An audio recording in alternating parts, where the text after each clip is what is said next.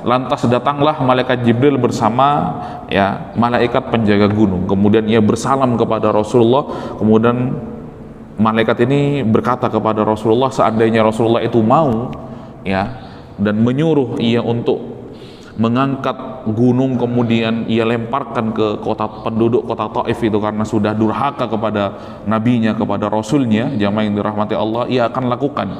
Tetapi jamaah yang dirahmati Allah, Rasulullah tidak seperti itu. Bahkan Rasulullah sebaliknya justru berdoa kepada Allah Subhanahu wa taala untuk menjadikan kelak pada hari-hari yang lain lahir dari rahim-rahim orang-orang yang menyakitinya itu adalah orang-orang yang memperjuangkan agama Islam, jamaah yang dirahmati Allah.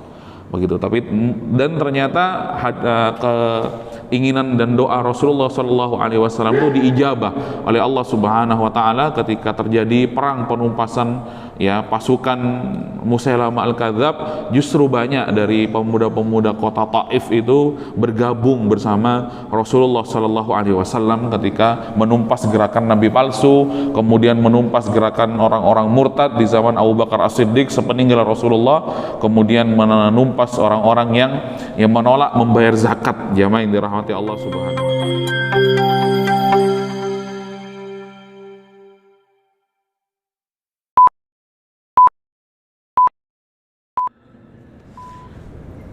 Assalamualaikum warahmatullahi wabarakatuh.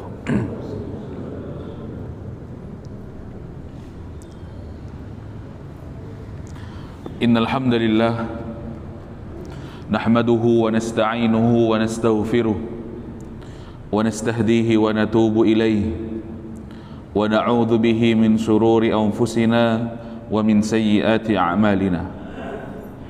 May yahdihillahu fahuwal muhtad wa may yudlil falan tajida lahu waliyyan mursyida.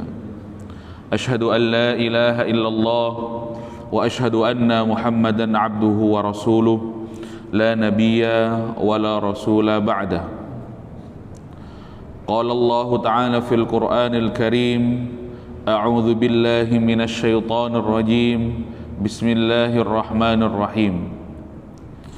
Ya ayyuhan nasu ittaqu rabbakumul ladzi khalaqakum min nafsin wahidah wa khalaqa minha zawjaha wa batha minhuma rijalan katsiran wa nisaa'a wattaqullaha alladzi tasaaluna bihi wal arham innallaha kana 'alaikum raqiba.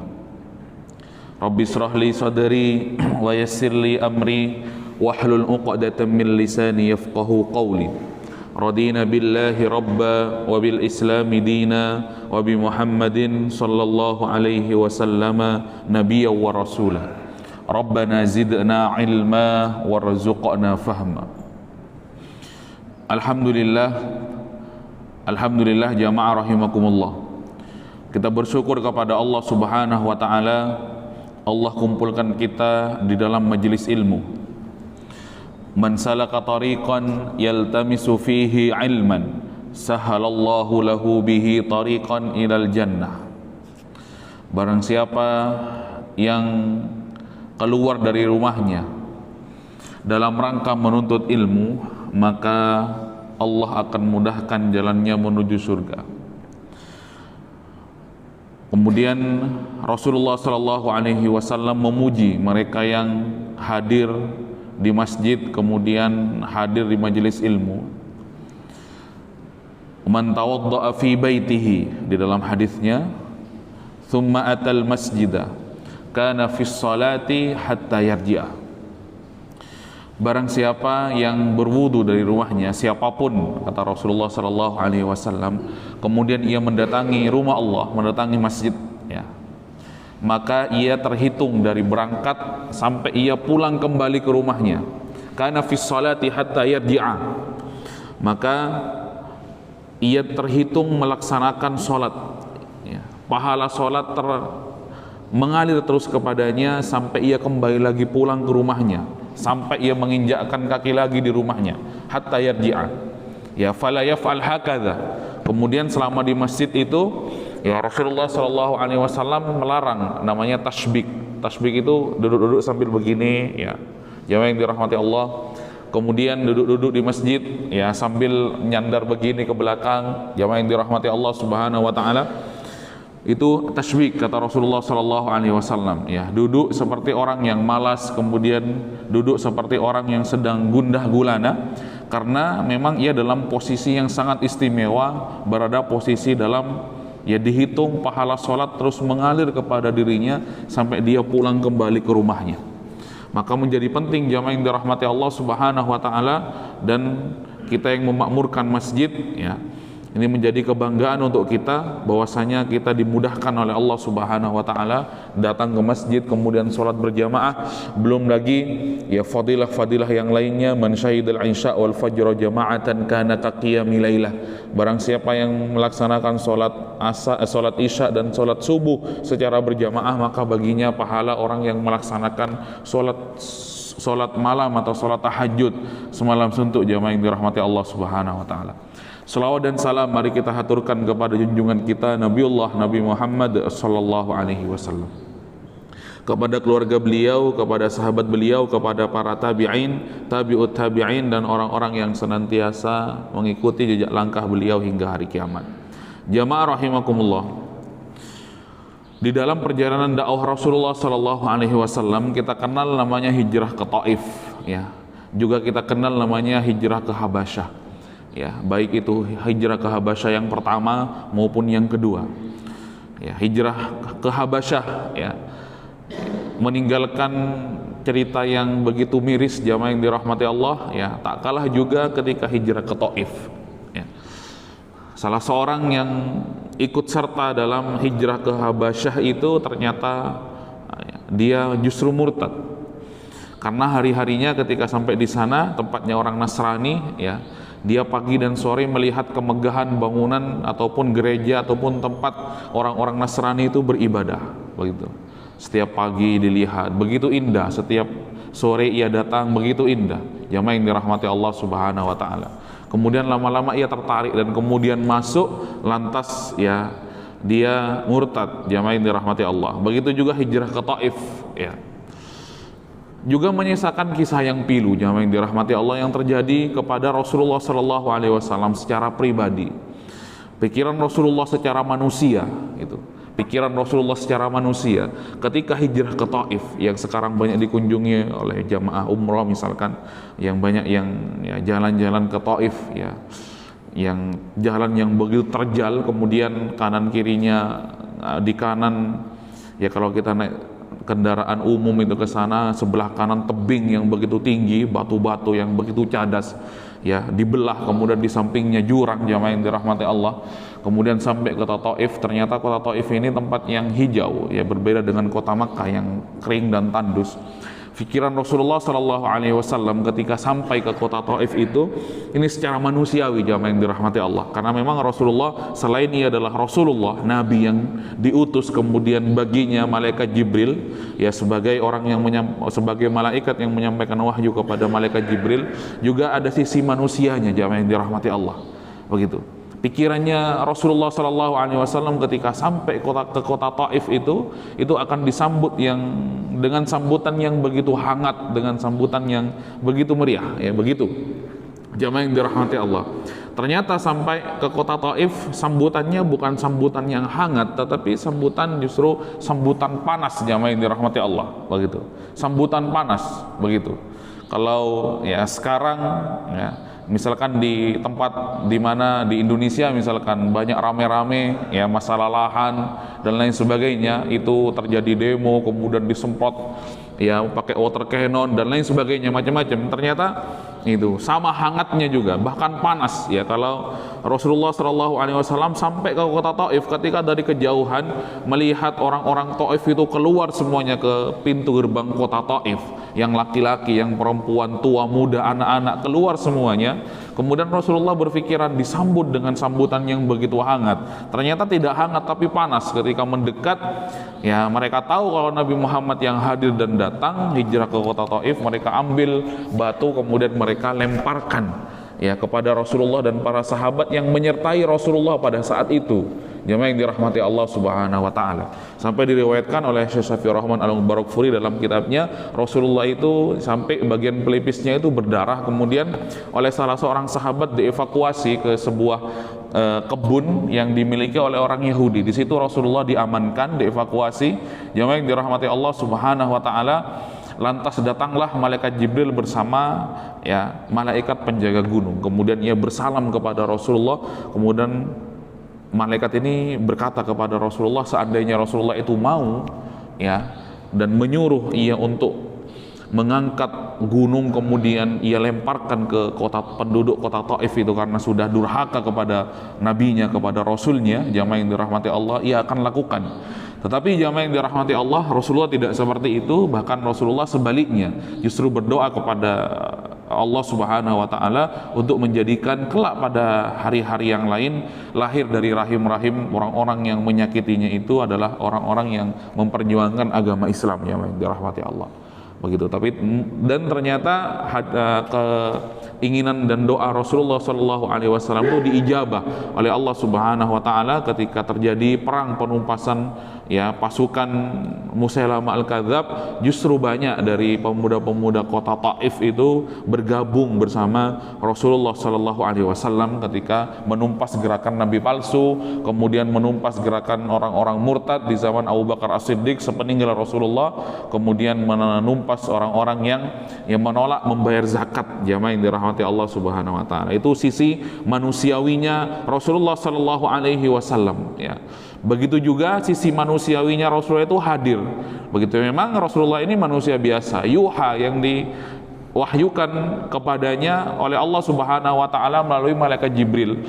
Begitu. Sama juga dalam kondisi ketika perang Badar, muncul sisi kemanusiaan Rasulullah sallallahu alaihi wasallam ketika Rasulullah menempatkan pasukan Badar itu di posisi yang rendah. Kemudian salah seorang sahabat yang kita kenal namanya, sahabat yang bernama Salman Al-Farisi, datang kepada Rasulullah dan bertanya, wahai Rasulullah sallallahu alaihi wasallam, penempatan pasukan Badar di tempat ini, tempat yang rendah ini, wahai Rasul, apakah ini adalah perintah Allah atau strategi perang Anda pribadi, kata Salman Al-Farisi.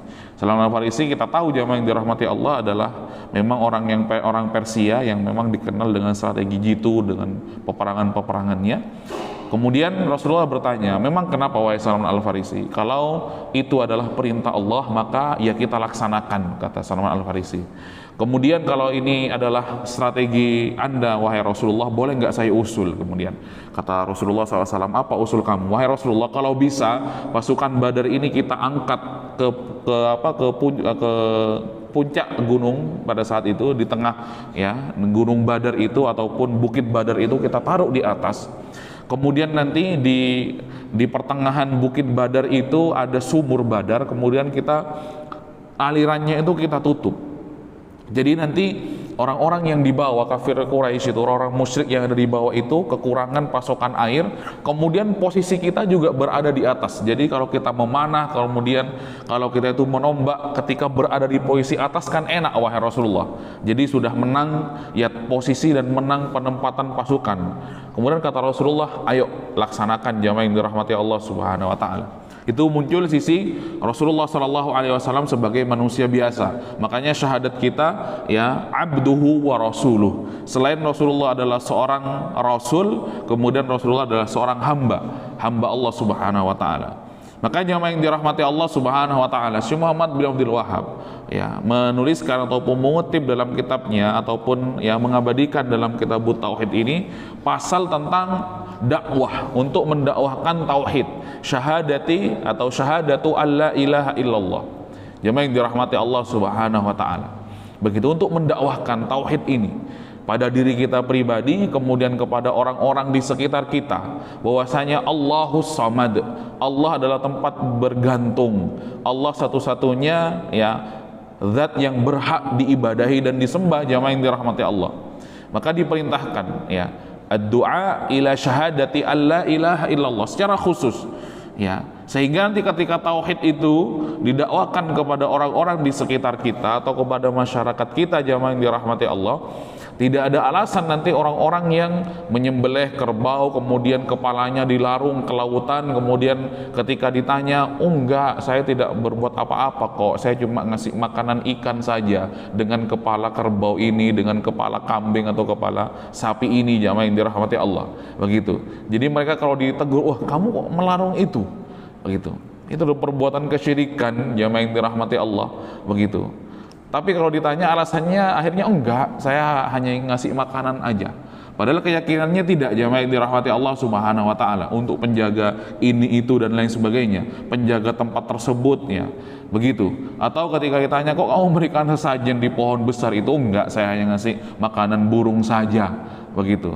Selalu begitu. Padahal jamaah yang dirahmati Allah Subhanahu wa taala, ya, ketika tauhid itu muncul pada akhirnya kekafiran dan kesyirikan itu akan hilang, jamaah yang dirahmati Allah.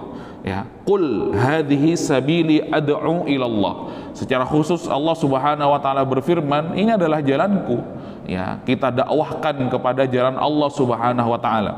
Sampai-sampai ya dalam mengomentari bab yang ditulis oleh Syekh Muhammad bin Abdul Wahhab ini, Syekh Utsaimin bahkan membagi ya menjadi dua ketika mengomentari kalimat ilallah, ya, mengomentari ya ada dua dai, kata Syekh Utsaimin dalam kitabnya Da'in ilallah, ya. Ada dua dai, ada dua penyeru yang dirahmati Allah. Penyeru kepada Allah, kemudian yang kedua penyeru kepada selain Allah, ya. Jamaah yang dirahmati Allah Subhanahu wa taala, ketika mendakwakan itu ataupun ketika orang itu berdakwah ataupun penyeru itu ada dua fungsi ataupun dua sifat, ya. Mereka yang menyeru kepada Allah atau menyeru kepada selain Allah, ya. Fadda'i ilallah huwal mukhlis alladhi yuridu ayyusala an-nas ilallahi ta'ala. Kata beliau, dai yang menyeru kepada Allah ini adalah dai yang mukhlis, ya.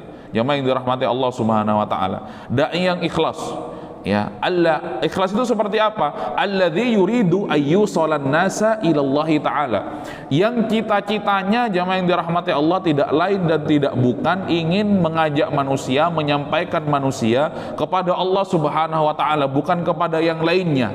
Ya, ini dai yang mukhlis, ya. Cita-citanya itu, ya, dia ketika mengajak manusia itu supaya manusia beribadah kepada Allah. Cita-citanya bukan kepada yang selainnya, supaya dia itu menyampaikan manusia, mengarahkan manusia kepada Allah Subhanahu wa taala. Itu dai mukhlis, kata Syekh Utsaimin ketika mengomentari kalimat qul hadhihi sabili ad'u ila Allah. Begitu. Karena ini adalah perintah Allah Subhanahu wa taala untuk mendakwahkan tauhid, ya. Jamaah yang dirahmati Allah, ya. Yang pertama, wada'in ila ghairi. Kemudian jenis yang kedua, ya, dai kepada selainnya, itu. Dai kepada selain Allah. Ya, kalau tadi pertama adalah dai mukhlis, yang cita-cita utamanya adalah menunjukkan dan mengajak manusia kepada Allah, mentauhidkan Allah Subhanahu wa taala. Yang kedua, wada'i ila ghairihi, ya. Apa itu dai kepada selain Allah itu? Qad yakunu da'iyan ila nafsihi, ya. Qad yakunu, terkadang dai kepada selain Allah itu, ya, dia tidak mendakwakan manusia supaya beribadah kepada Allah, supaya sampai kepada Allah, supaya mengarahkan segala sesuatunya itu kepada Allah, tetapi tidak. Dai ila ghairihi itu qad yakunu da'iyan ila nafsihi, dia justru sebaliknya mengajak manusia itu untuk dirinya sendiri, yang dirahmati Allah, ya, untuk dirinya sendiri. Bahkan kata beliau, yad'u ilal haqqi li ajli ayyu'azzama bainan nas wa yuhtaram. Mereka itu membawa kebenaran, kalimat-kalimatnya itu membawa kebenaran, tetapi tujuannya adalah ayyu'azzama bainan nasi wa yuhtaram, membawa kebenaran, dari mulutnya muncul kebenaran-kebenaran yang dibawa, tetapi tujuannya adalah untuk supaya dirinya yang dihormati oleh manusia, yang diagungkan oleh manusia, bukan Allah. Ya, jamaah yang dirahmati Allah Subhanahu wa taala, da'in ila ghairihi. Jadi kalimat-kalimatnya itu ini untuk Allah, ini untuk Allah. Kalimatnya muncul seperti itu terus, jamaah yang dirahmati Allah. Tetapi secara tidak langsung, jamaah yang dirahmati Allah Subhanahu wa taala, dia mengajak manusia bukan untuk menghambakan seorang hamba kepada Allah, supaya untuk Allah itu dihormati, kemudian Allah itu dibesarkan dan diagungkan, tetapi ternyata dia membawa kebenaran itu supaya ia dihormati oleh manusia, kemudian dia diagungkan oleh manusia. Jemaah yang dirahmati Allah Subhanahu wa taala. Kenapa kok bisa seperti itu? Walihadza tajiduhu yaghdab idza lam yaf'alun nas ma amara bi. Ciri-cirinya orang yang da'in ila ghairihi itu, apabila manusia tidak mentaati perintahnya, perintah dia, bukan perintah Allah, maka dia akan marah. Ya, jemaah yang dirahmati Allah Subhanahu wa taala. Banyak jemaah yang dirahmati Allah seolah-olah dia mendakwahkan Allah Subhanahu wa taala, mendakwakan manusia supaya kembali kepada Allah.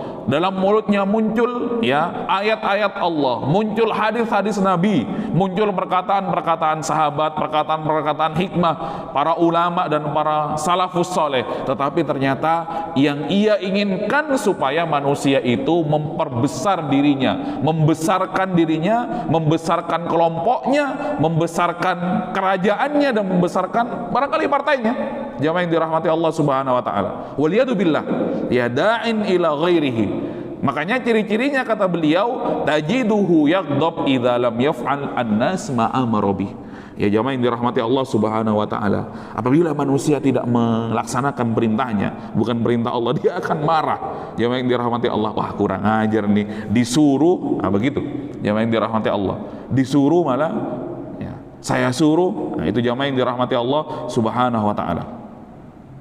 Wa qad yakunu da'iyan ila ra'isihi. Dan terkadang juga jamaah yang dirahmati Allah Subhanahu wa taala, dia berdakwah ya untuk raisi, untuk pemimpinnya, untuk presidennya, bahkan jamaah yang dirahmati Allah bukan untuk Allah, supaya orangnya itu mengagungkan pemimpinnya, mengagungkan presidennya, bukan lagi mengagungkan Allah Subhanahu wa taala. Kalau sudah seperti ini, jamaah yang dirahmati Allah Subhanahu wa taala, kalau sudah ya pemimpinnya, kalau sudah orang yang diagungkan itu berbuat salah, jamaah yang dirahmati Allah Subhanahu wa taala, maka akan muncul, oh dimaklumi, paling seperti ini, paling seperti ini. Bahkan apabila dirinya berbuat kesyirikan, maka dia akan dimaklumi ya, atau umatnya akan memaklumi, oh itu sudah beda, oh itu berbuat seperti itu kita karena nggak sampai aja. Jamaah yang dirahmati Allah, dia itu sudah sampai kepada derajat tertentu, makanya melakukan seperti itu. Itu ciri-ciri orang yang berdakwah kepada ila ghairi. Jamaah yang dirahmati Allah, qul hadhihi sabili ad'u ila Allahi ala basiratin. Jamaah yang dirahmati Allah Subhanahu wa taala. Begitu. Makanya ala basirah. Pesan Allah Subhanahu wa taala yang dikutip dalam kitab Tauhid Syekh Muhammad ibn Abdul Wahhab, jamaah yang dirahmati Allah Subhanahu wa taala, itu ala ilmin. Makanya jamaah yang dirahmati Allah Subhanahu wa taala, begitu. Di tengah ya pro kontra kaum muslimin, ada yang suka, ada yang tidak suka, ataupun ada yang pro, ada yang kontra terhadap Syekh Muhammad ibn Abdul Wahhab. Tapi memang sejarah menulis, jamaah yang dirahmati Allah, ketika beliau mengadakan ataupun membangun dakwah tajdid, dakwah untuk membersihkan manusia daripada kesyirikan-kesyirikan, memang tidak banyak yang suka, jamaah yang dirahmati Allah. Begitu. Sampai sekarang bahkan, oh ngaji kita tauhid, oh Wahabi, jamaah yang dirahmati Allah. Dikit-dikit oh Wahabi, itu jamaah yang dirahmati. Begitu, ya, jamaah yang dirahmati Allah. Oh takfir itu, ya dikit-dikit takfir, dikit-dikit kafir. Kelompoknya yang paling benar, itu jamaah yang dirahmati Allah Subhanahu wa taala. Sering muncul di kalangan orang-orang beriman seperti itu. Makanya akhirnya yang terjadi adalah perselisihan, dan yang orang-orang beriman itu tangkar, jamaah yang dirahmati Allah, sampai sekarang. Tapi memang sejarah mencatat, jamaah yang dirahmati Allah Subhanahu wa taala, ya tepatnya di Najd pada zaman dahulu, ketika ditulis dalam biografi Syekh Muhammad bin Abdul Wahhab, itu memang seperti itu, jamaah yang dirahmati Allah Subhanahu wa taala. Kesyirikan dan lain sebagainya ya muncul, kemudian beliau dijuluki sebagai dakwah pembaharu ataupun dakwah tajdid, jamaah yang dirahmati Allah Subhanahu wa taala. Makanya Rasulullah Shallallahu Alaihi Wasallam yang dirahmati Allah, ketika menyuruh sahabat Mu'adz ibn Jabal, ya, yang diriwayatkan oleh Ibnu Abbas, yang dirahmati Allah, ketika disuruh untuk berdakwah ke negeri Yaman, kata Rasulullah, innaka ta'ti qauman min ahlil kitab, kata Rasulullah, wahai Mu'adz, begitu, nanti aku akan menyuruh kamu ataupun mendelegasikan kamu atau mengirim ya kamu untuk berdakwah kepada ahlul kitab di Yaman. Jemaah yang dirahmati Allah Subhanahu wa taala. Lihat kita atau lihat pesan Rasulullah sallallahu alaihi wasallam dalam hadis yang diriwayatkan oleh Ibnu Abbas ini. Ya, falyakun awwalu ma tad'uhum ilaihi syahadata alla ilaha illallah. Pesan Rasulullah yang pertama itu, wahai Mu'adz, ya, di negeri Yaman itu banyak orang ahlul kitab, orang Yahudi dan orang Nasrani. Ya, meskipun memang orang-orang musyrik juga ada di sana, tetapi orang-orang Yahudi dan orang Nasrani itu menjadi mayoritas di sana. Mereka itu memiliki ilmu terhadap kitab-kitab mereka, kitab-kitab Taurat, Injil dan Zabur, kitab-kitab samawi yang Allah turunkan dari langit. Jamaah yang dirahmati Allah.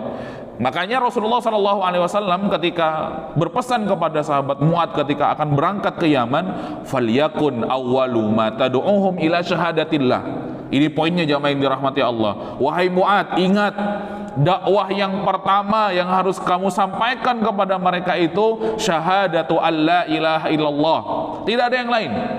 Ya, syahadatu alla ilaha illallah. Ayo, ajak mereka untuk bersyahadat kepada Allah Subhanahu wa taala. Yuwahhidullah, mentauhidkan Allah Subhanahu wa taala. Itu jamaah yang dirahmati Allah Subhanahu wa taala. Tidak ada, ya, ayo Mu'adz, nanti kamu sampai ke sana, jamaah yang dirahmati Allah, dakwahkan mereka supaya nanti manusia itu atau penduduk Yaman itu supaya ya mengagungkan kamu. Tidak, tetapi Rasulullah SAW justru memperingatkan sahabat Mu'adz bin Jabal yang pada saat itu juga diutus bersama Abu Musa al-Ansari kepada ahlul Yaman, ya, yang pada saat itu adalah ahlul kitab, ya, syahadata alla ilaha illallah. Ajak mereka kepada Allah Subhanahu wa taala, bukan kepada yang lainnya. Jemaah yang dirahmati Allah, ila ayyuhidu Allah, untuk mentauhidkan Allah Subhanahu wa taala. Kemudian pesannya Rasulullah, fa inhum ata'uka lidzalika, apabila mereka itu sudah taat, sudah menyambut dakwahmu, sudah menyambut dakwah untuk Allah Subhanahu wa taala, fa'alimhum annallahu aftarada alaihim khamsan. Jemaah yang dirahmati Allah, ada step yang berikutnya wahai Mu'adz, ya, maka ajarkan kepada mereka bahwasanya Allah Subhanahu wa taala memfardukan kepada mereka khamsan, ya, atau khamsa shalawatin. Jadi bagi mereka itu setelah beriman kepada Allah itu wajib bagi mereka salat 5 waktu fi kulli yaumin wa lailah. Jemaah yang dirahmati Allah Subhanahu wa taala, fi kulli yaumin wa lailah, ya, 5 waktu sehari semalam. Jemaah yang dirahmati Allah Subhanahu wa taala, 5 waktu. Berbeda dengan orang-orang Rafidhah, misalkan Syiah Rafidhah, jemaah yang dirahmati Allah, salatnya 3 waktu, tidak 5 waktu, ya. Fi kulli yaumin wa lailah. Fa inhum ata'uka lidzalika. Kemudian Rasulullah melanjutkan, wahai Mu'adz, nanti kalau sudah mereka itu taat ataupun ya menerima dakwahmu, setelah mereka disuruh untuk melaksanakan salat 5 waktu dalam sehari semalam, fa'alimhum annallaha iftarada alaihim shadaqah. Ya, selanjutnya ajari mereka bahwasanya mereka difardukan dan diwajibkan oleh Allah Subhanahu wa taala untuk mengeluarkan sedekah. Ya, tu'khadu min aghniyaihim. Makanya jamaah yang dirahmati Allah Subhanahu wa taala, tu'khadu min aghniyaihim. Ini ya sifat daripada sedekah itu, tu'khadu min aghniyaihim. Jadi sedekah itu adalah diambil dari orang-orang kaya mereka. Ini sifat dan karakter daripada sedekah ataupun zakat yang diajarkan oleh Rasulullah di dalam Islam. Bukan sebaliknya, tu'khadu min aghniyaihim, ya, yang diambil dari orang-orang kaya mereka, faturaddu ala fuqaraihim, ya, dan dikembalikan kepada orang-orang miskin. Jamaah yang dirahmati Allah Subhanahu wa taala. Itu sifat zakat yang diajarkan oleh Rasulullah di dalam Islam, berbeda sifatnya dengan sifat pajak, ya, yang diambil ya dari rakyat kemudian dibagikan kepada para pejabat-pejabatnya. Jamaah yang dirahmati Allah Subhanahu wa taala. Tetapi sebaliknya, konsep zakat sedekah yang diajarkan oleh Allah dan Rasulnya, tu'khadu min aghniyaihim faturaddu ala fuqaraihim. Jamaah yang dirahmati Allah Subhanahu wa taala. Mohon maaf jamaah yang dirahmati Allah karena sudah masuk waktu syuruknya. Kita lanjutkan di pertemuan yang akan datang, mudah-mudahan ada waktu. Subhanaka Allahumma bihamdika asyhadu an la ilaha illa anta astaghfiruka wa atubu ilaik. Masih panjang hadisnya. Assalamualaikum warahmatullahi wabarakatuh.